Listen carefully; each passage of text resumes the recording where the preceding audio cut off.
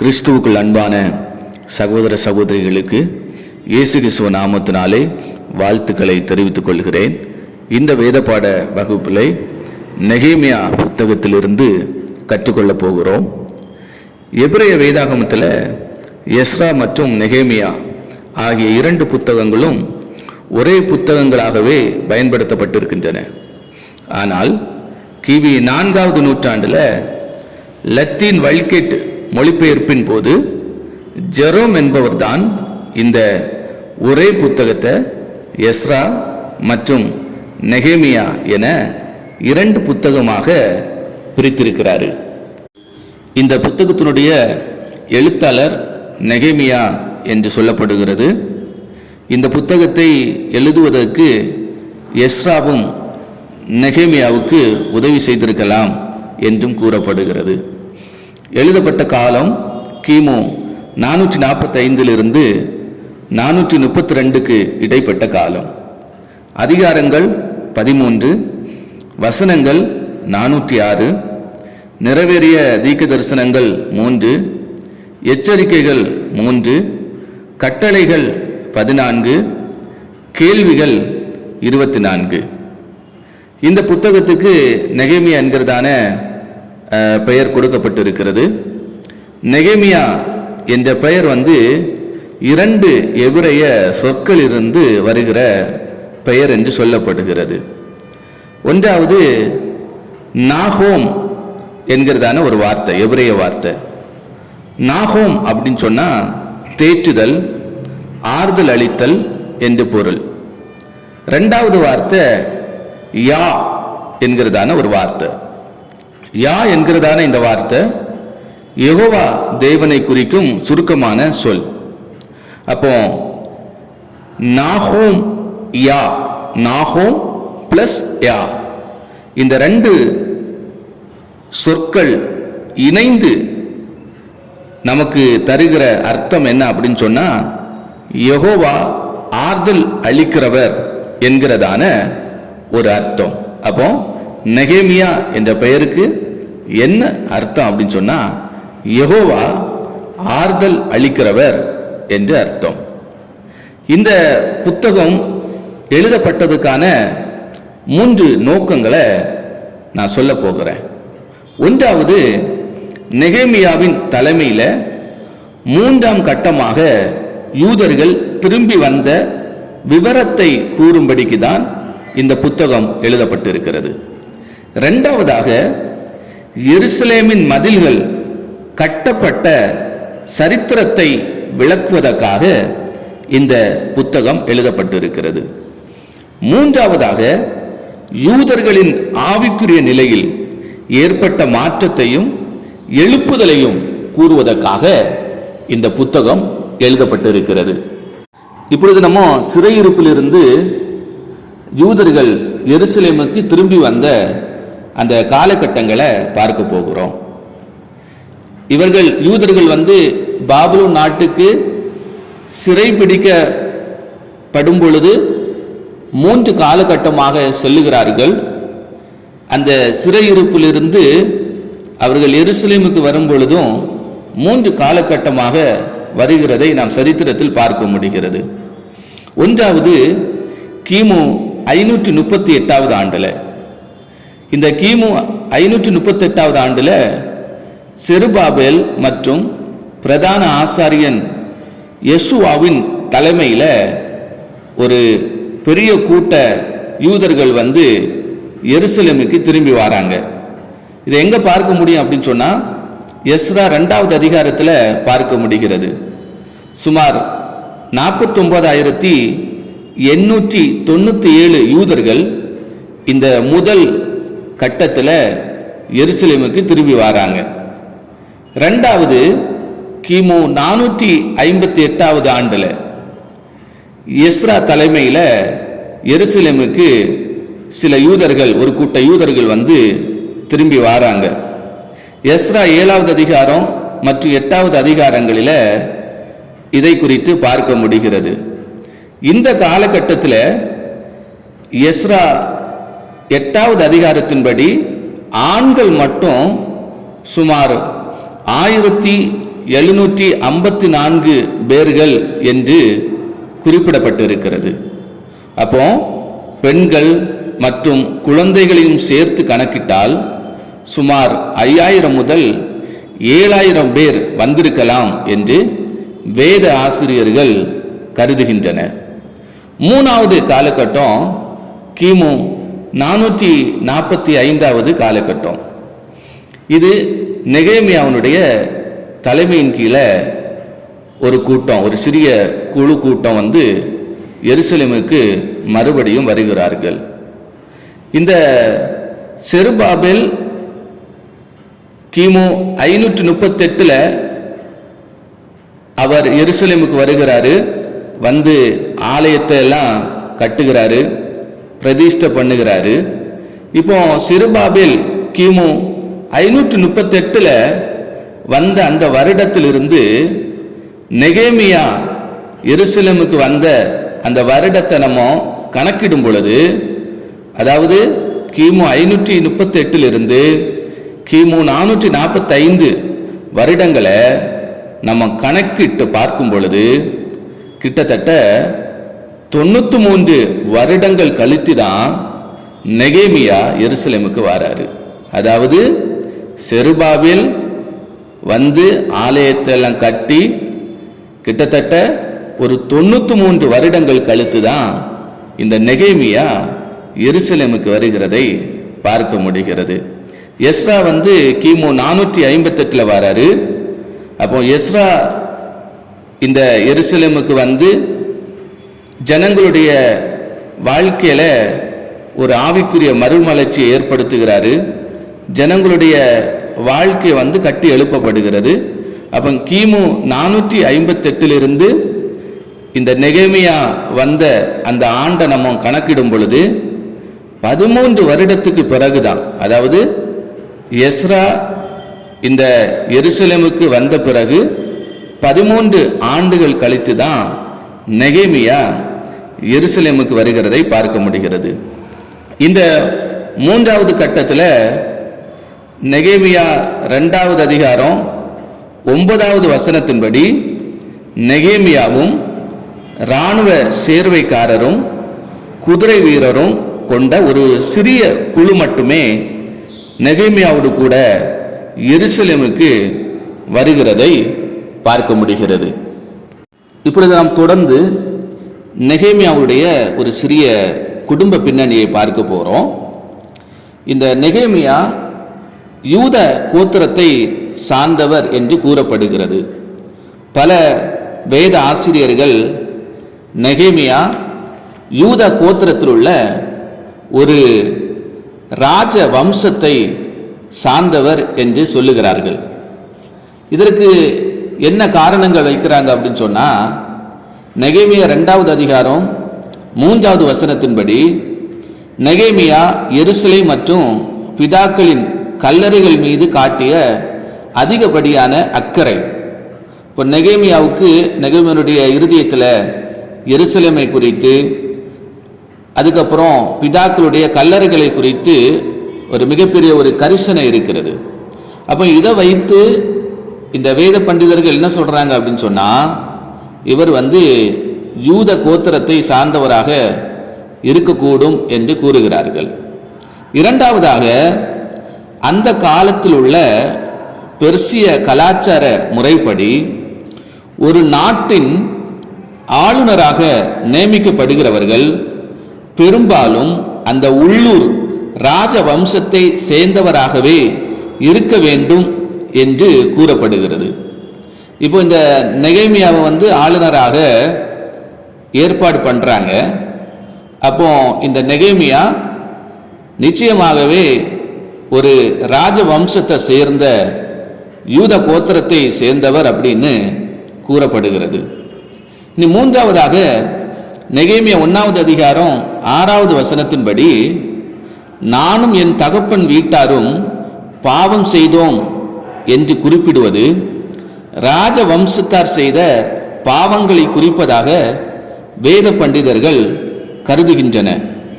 அதாவது நெகேமியா ஜெபிக்கும் பொழுது நானும் என் தகப்பன் வீட்டாரும் பாவம் செய்தோம் என்று சொல்லி அவர் ஜெபிக்கிறாரு.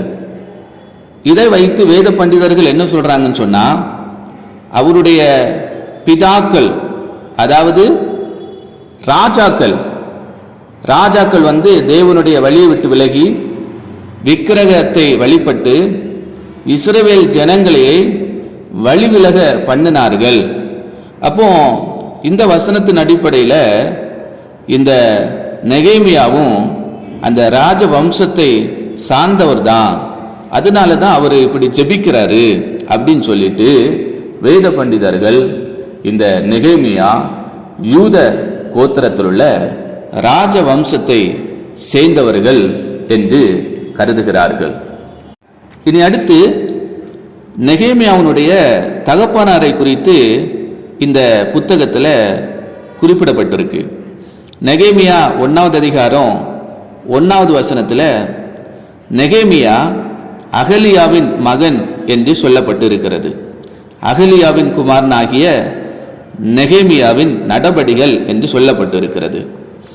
இந்த அகலியா என்கிறதான பெயரின் அர்த்தம் என்ன அப்படின்னா, யெகோவாவினால் இருள் நீக்கப்பட்டது என்பதாகும். அதாவது அவங்க பாபுலோன் என்கிறதான அந்த அடிமைத்தன அந்த நாட்டில் ஒரு இருண்ட காலகட்டத்தில் இருக்கும் பொழுது இந்த அகலியா நெகேமியாவுக்கு ஆவிக்குரிய பாரத்தை ஊட்டி இருக்க வேண்டும் அப்படின்னு வேத பண்டிதர்கள் கருதுகிறார்கள்.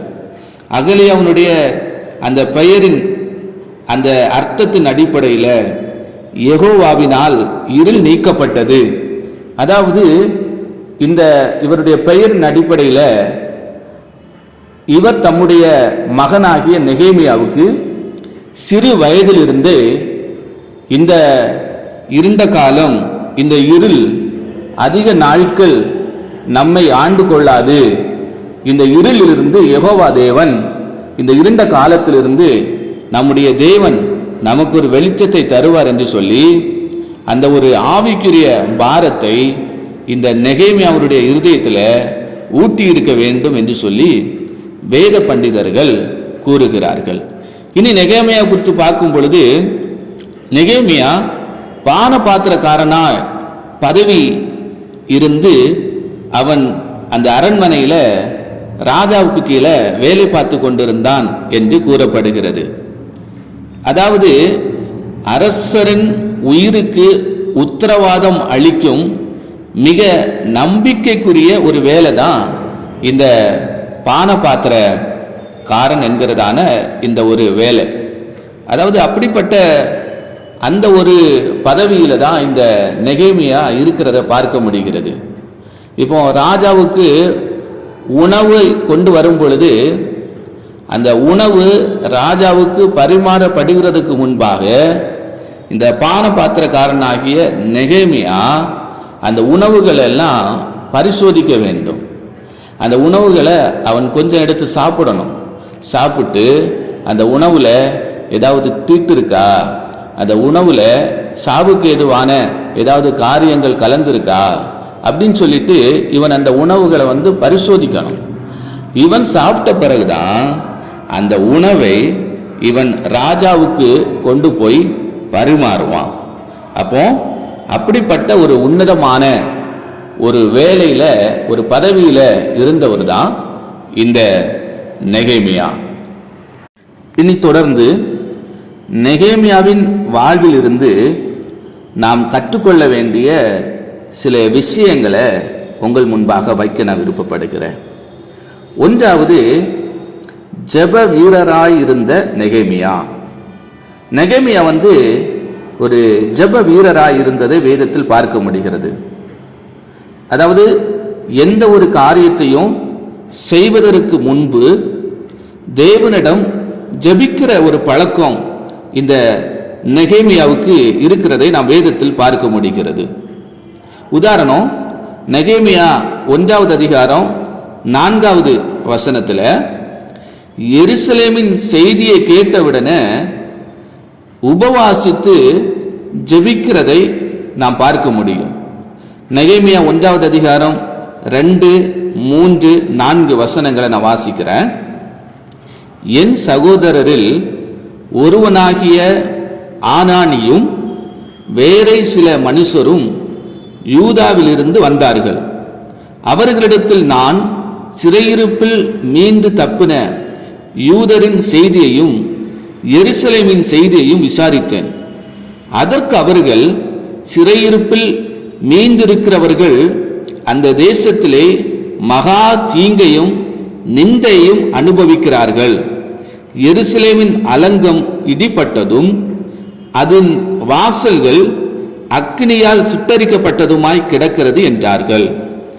இந்த வார்த்தைகளை கேட்டபோது நான் உட்கார்ந்து அழுது சில நாளாய் துக்கித்து உபவாசித்து மன்றாடி பரலோகத்தின் தேவனை நோக்கி செபிக்கிறதை பார்க்க முடிகிறது.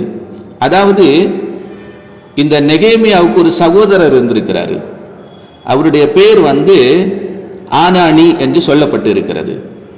இவன் எருசலேமுக்கு திரும்பி போய் எருசலேமில் வாழ்ந்து கொண்டிருக்கிற ஒரு யூதன். இப்போ அந்த எருசலேமில் இருக்கக்கூடிய அந்த சூழலை அவர்கள், அந்த யூதர்கள் அனுபவிக்கிற அந்த தீங்கை, அந்த நிந்தையை எப்படியாவது இந்த நெகேமியாவுக்கு சொல்ல வேண்டும், அந்த செய்தியை அறிவிக்க வேண்டும் என்பதற்காக அந்த எருசலேமிலிருந்து மறுபடியும் பாபுலோன் நாட்டுக்கு வருகிறதை பார்க்க முடிகிறது.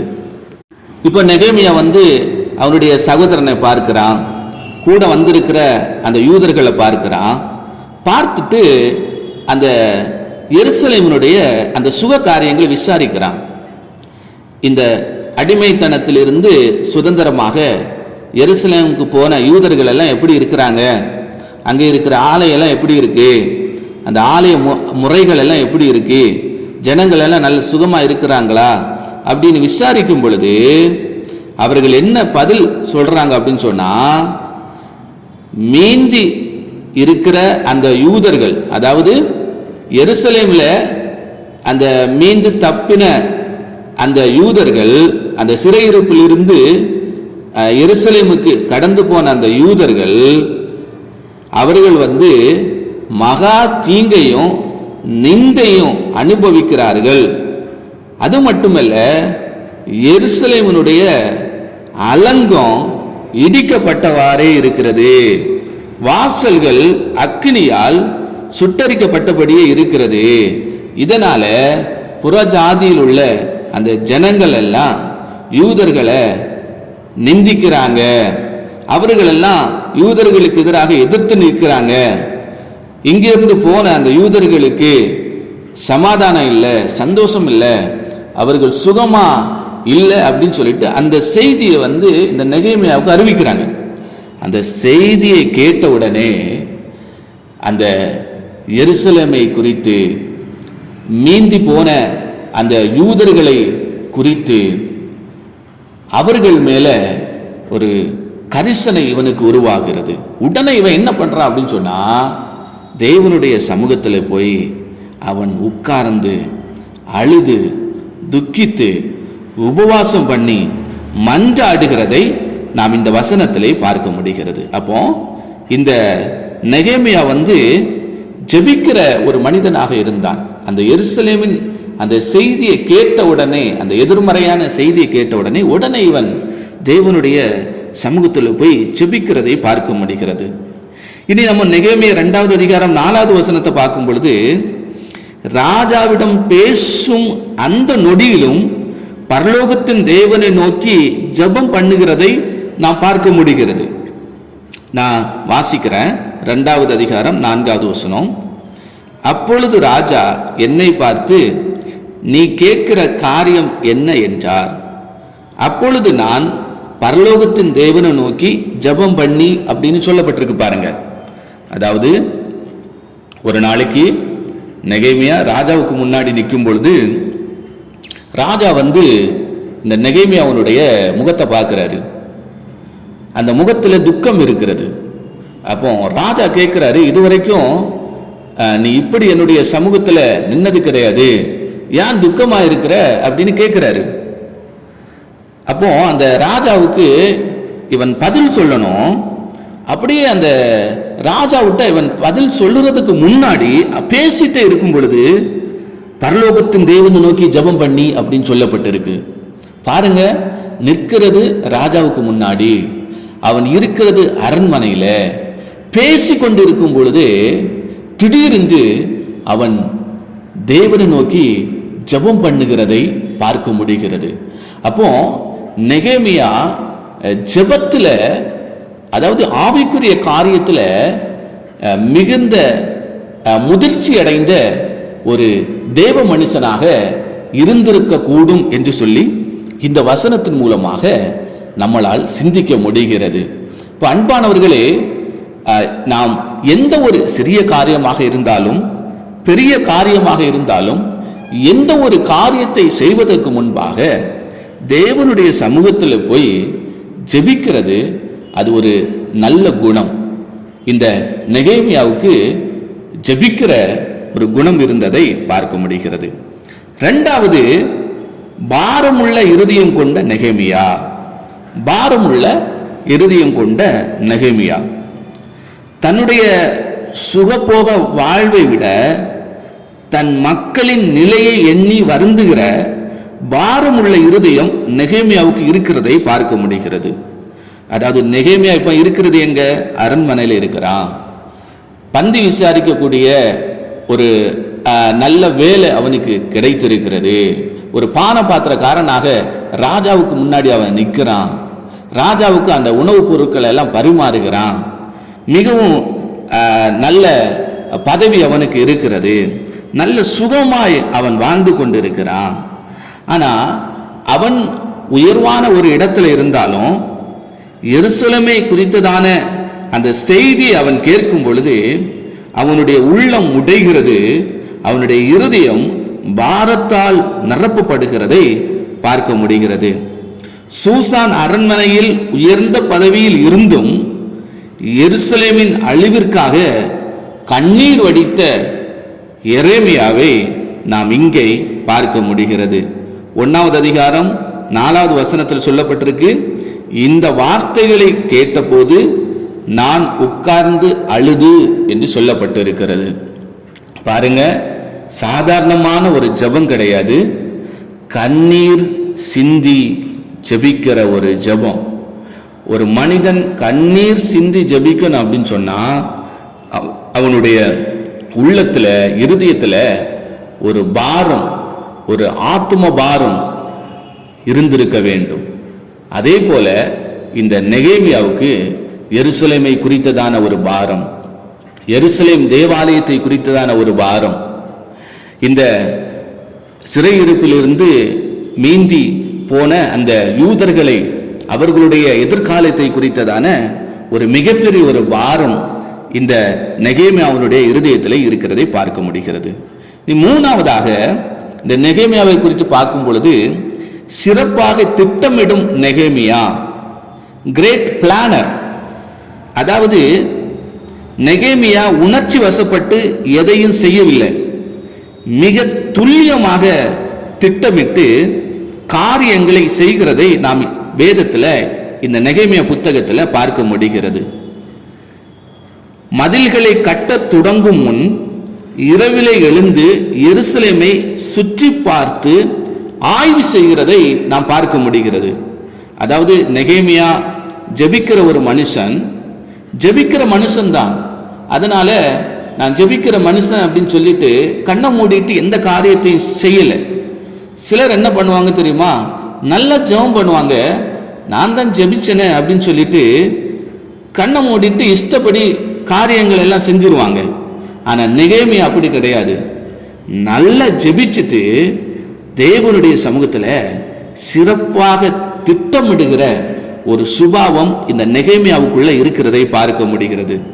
அதாவது உணர்ச்சி வசப்பட்டு, ஆத்திரப்பட்டு, அவசரப்பட்டு எதையும் செய்யாம நிதானித்து, பரிசோதித்து, சோதித்து மிகவும் துல்லியமாக செயல்படுகிற ஒரு நெகேமியாவை இந்த இடத்துல பார்க்க முடிகிறது. நெகேமியா 2வது அதிகாரம் 12-13 வசனங்களை நான் வாசிக்கிறேன். நான் சில மனுஷரை கூட்டிக் கொண்டு ராத்திரியில் எழுந்து நகர சோதனை செய்தேன். ஆனாலும் எருசலேமுக்காக செய்யும்படி என் தேவன் என் மனதிலே வைத்ததை நான் ஒருவருக்கும் அறிவிக்கவில்லை என்று சொல்லப்பட்டிருக்கிறது. பாருங்க, ராத்திரியில எழுந்து அவன் அந்த எருசலேமை சோதனை செய்கிறான். சோதனை செய்கிறதுக்கு சில மனுஷரை கூட்டி கொண்டு போறான். ஆனா கூட தேவன் அவனுடைய இருதயத்திலே வைத்திருந்த அந்த காரியத்தை எந்த மனிதனுக்கும் சொல்லல. பாருங்க, சிலர் என்ன செய்வாங்க தெரியுமா? இப்ப ஆண்டவர் சில தரிசனங்களை, சில திட்டங்களை ஒன்ன கொண்டு நான் இப்படிப்பட்ட காரியங்களை எல்லாம் செய்ய போகிறேன் அப்படின்னு ஆண்டவர் சொன்ன உடனே ஆத்திரப்பட்டு அவசரப்பட்டு பெருமையோடு கூட இருக்கிற மனுஷர்கிட்ட எல்லாம் சொல்லுவாங்க. அந்த செய்தி அந்த இடங்கள் எல்லாம் பரப்பப்படும். ஆனா நெகேமியா தேவன் தன்னுடைய மனதில் வைத்ததை அவன் பாதுகாத்தான். அவன் அதை எந்த மனிதனுக்கும் சொல்லவில்லை. அவன் அப்படியே அவனுடைய இருதயத்தில் வைத்து தேவனுடைய சமூகத்தில் சிறப்பாக திட்டமிட்டு ஒவ்வொரு காரியத்தையும் செய்கிறதை பார்க்க முடிகிறது.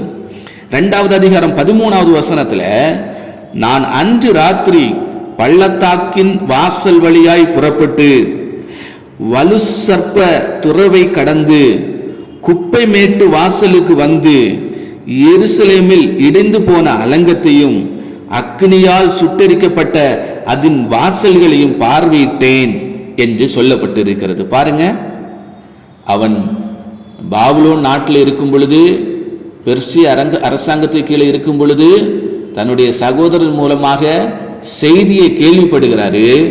ஆனா எருசலேமுக்கு யாருக்குமே தெரியாம அவர் சொன்னது உண்மைதானா அப்படின்னு சொல்லிட்டு எருசலேமினுடைய அலங்கத்தை பார்வையிடுகிறாரு.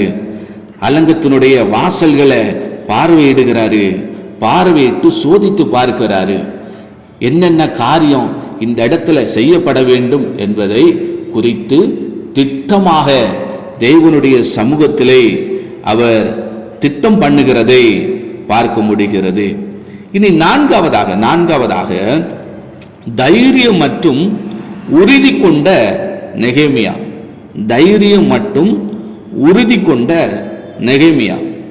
இப்ப பாருங்க, நெகேமியா அந்த அலங்கத்தை எல்லாம் கட்ட ஆரம்பிக்கிறாரு. சன்பலாத், தொபியா இது போன்ற சிலர் எழும்புறாங்க. எழும்பி இந்த நெகேமியாவுக்கு எதிராக மிரட்டல்களை கொடுக்கிறதை பார்க்க முடிகிறது. ஆனா நெகேமியா அவர்களுடைய பயமுறுத்தலுக்கும் மிரட்டல்களுக்கும் அஞ்சவே இல்லை. நெகேமியாவுக்குள்ள ஒரு தைரியம் இருக்கிறதை பார்க்க முடிகிறது. நெகேமியா 6வது அதிகாரம் 11வது வசனத்தில் சொல்லப்பட்டிருக்கு, அதற்கு நான் என்னை போன்ற மனிதன் ஓடி போவானோ. பாருங்க, என்னை போன்ற ஒரு மனுஷன் ஓடி போவானா? தேவாலயத்தில் போய் பதுங்குவானா? பாருங்க, அவ்வளோ பெரிய ஒரு தைரியத்தை அந்த நெகேமியாவுடைய வாழ்க்கையிலிருந்து பார்க்க முடிகிறது. எவ்வளோ எதிர்ப்புகள் வந்தாலும் தேவனுடைய அந்த கரம் நெகேமியாவோடு கூட இருந்ததுனால தைரியத்தோடு உறுதியோடு நிற்கிற அந்த நெகேமியாவை பார்க்க முடிகிறது. நம்ம நெகேமியா 4வது அதிகாரம் 17வது வசனத்தில் படிக்கும் பொழுது இப்ப எதிர்ப்புகள் வருது. ஆனா நெகேமியா என்ன பண்றா தெரியுமா? அந்த வேலை செய்கிற அந்த யூத ஜனங்களுடைய மறுக்கையில ஆயுதங்களை பிடிக்கும்படி சொல்றாரு. அதாவது அலங்கத்திலே கட்டுகிறவர்களும் சுமை சுமக்கிறவர்களும் சுமை ஏற்றுகிறவர்களும் அவரவர் ஒரு கையினாலே வேலை செய்து மறு கையினாலே ஆயுதம் தரித்திருந்தார்கள் என்று சொல்லப்பட்டிருக்கிறது. அப்ப பாருங்க, இவனுக்கு இருந்த அந்த தைரியத்தை, நெகேமியாவுக்குள்ள இருந்த அந்த உறுதியை யூத ஜனங்களுக்குள்ளாக கடத்துகிறதை பார்க்க முடிகிறது. அந்த தைரியத்தின் ஆவிய அப்படியே யூதர்களுக்குள்ளாக கடத்துறான். அந்த ஒற்றுமையின் ஆவிய எப்படியாவது இந்த அலங்கத்தை நம்ம கட்டி முடிக்க வேண்டும் அப்படின்னு சொல்லிட்டு அப்படிப்பட்ட ஒரு ஆவிய, அவனுக்குள் இருந்த அந்த ஆவிய அந்த யூதர்களுக்குள்ள அவன் கடத்துகிறதை பார்க்க முடிகிறது. அப்படி அவன் தைரியத்தோடும் உறுதியோடும் இருந்ததுனால வேதம் சொல்லுகிறது 52 நாட்களில வேலையை முடிக்கும்படிக்கு கர்த்தர் அவனுக்கு உதவி செய்தார். பாருங்க, 52 நாட்களுக்குள்ள அந்த அலங்கத்தை கட்டி முடிக்க இந்த நெகேமியாவுக்கு கர்த்தர் உதவி செய்தார். முதலாவது நாள் தொடங்கும் பொழுது எதிர்ப்புறத்திலிருந்து எதிர்ப்புகள் வருது. உன்னை கொஞ்சம் போடுவேன், உன்னுடைய யூதர்கள் ஜனத்தை எல்லாம் அழித்து போடுவேன், இந்த அலங்கத்தை நீ கட்டுறியா, இடித்து போடுவோம் அப்படின்னு சொல்லிட்டு பல நிந்தையான வார்த்தைகள் வருது. அவன் தொடங்கின 1ஆம் நாள் தொடங்கி அவன் முடித்த 52வது நாள் வரைக்கும் அவனுக்கு இருந்த தைரியமும் அவனுக்கு இருந்த அந்த உறுதியும் அவன் விடாதபடிக்கு தொடர்ந்து தேவ கிருபையோட தேவ பிரசன்னத்தோட அந்த காரியத்தை அவன் செய்தான். கர்த்தர் அவனை கொண்டு 52 நாட்கள்ல அலங்கத்தை கட்டி முடிக்கும்படிக்கு உதவி செய்தார். இனி 5வதாக நேர்மையான மற்றும் தியாகமான தலைவர் நெகேமியா, அதாவது செல்ஃப்லெஸ் லீடர். மக்களை சுரண்டாமல் அவர்களுக்கு முன்மாதிரியாக வாழ்ந்தவர் தான் இந்த நெகேமியா. 12 ஆண்டுகள் ஆளுநராக இருந்தும் மக்களுக்கு சுமையாய் இருக்கக்கூடாது என்று ஆளுநரின் அந்த படியை அவர் வாங்கவில்லை என்று சொல்லப்பட்டிருக்கிறது.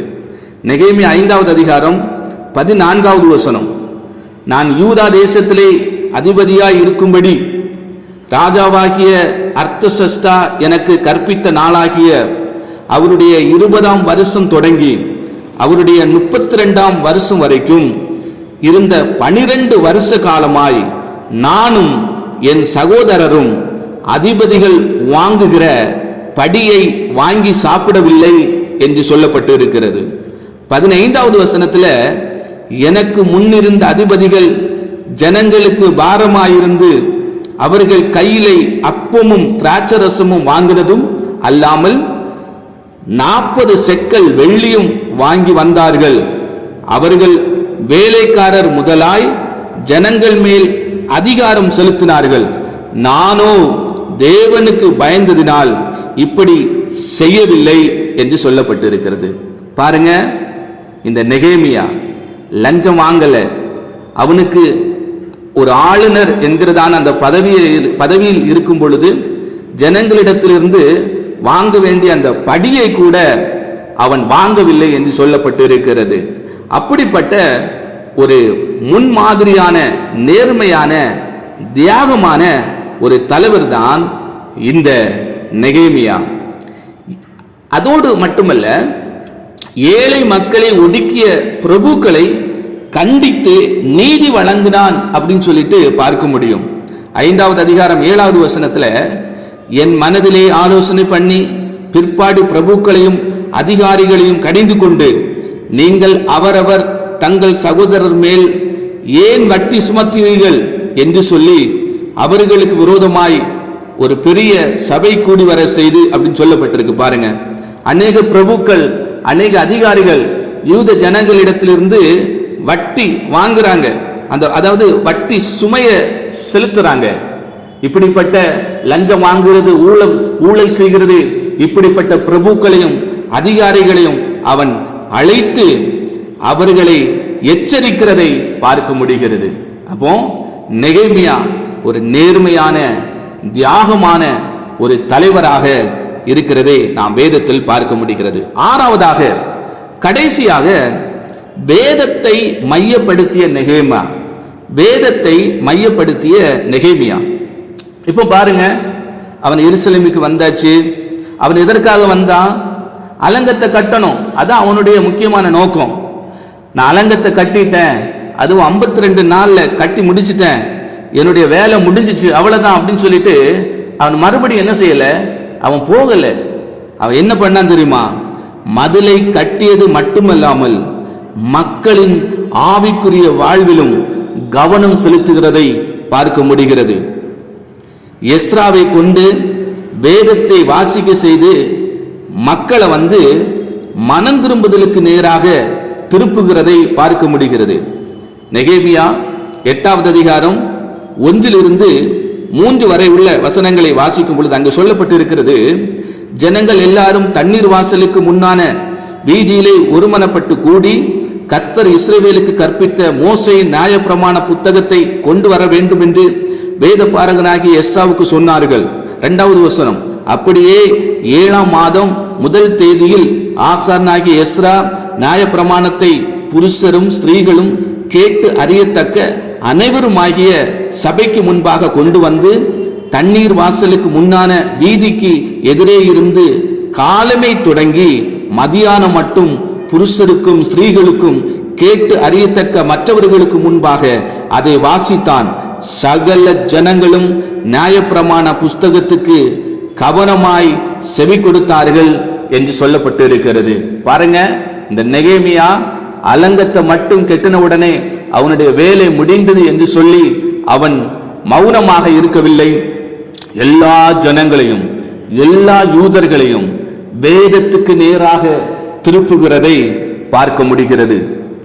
அது மட்டுமல்ல, ஓய்வு நாட்களை பரிசுத்தமாய் ஆசரிக்க வேண்டும் அப்படின்னு சொல்லிட்டு நெகேமியா கண்டிப்பாய் எச்சரிப்பாய் சொன்னதை பார்க்க முடிகிறது.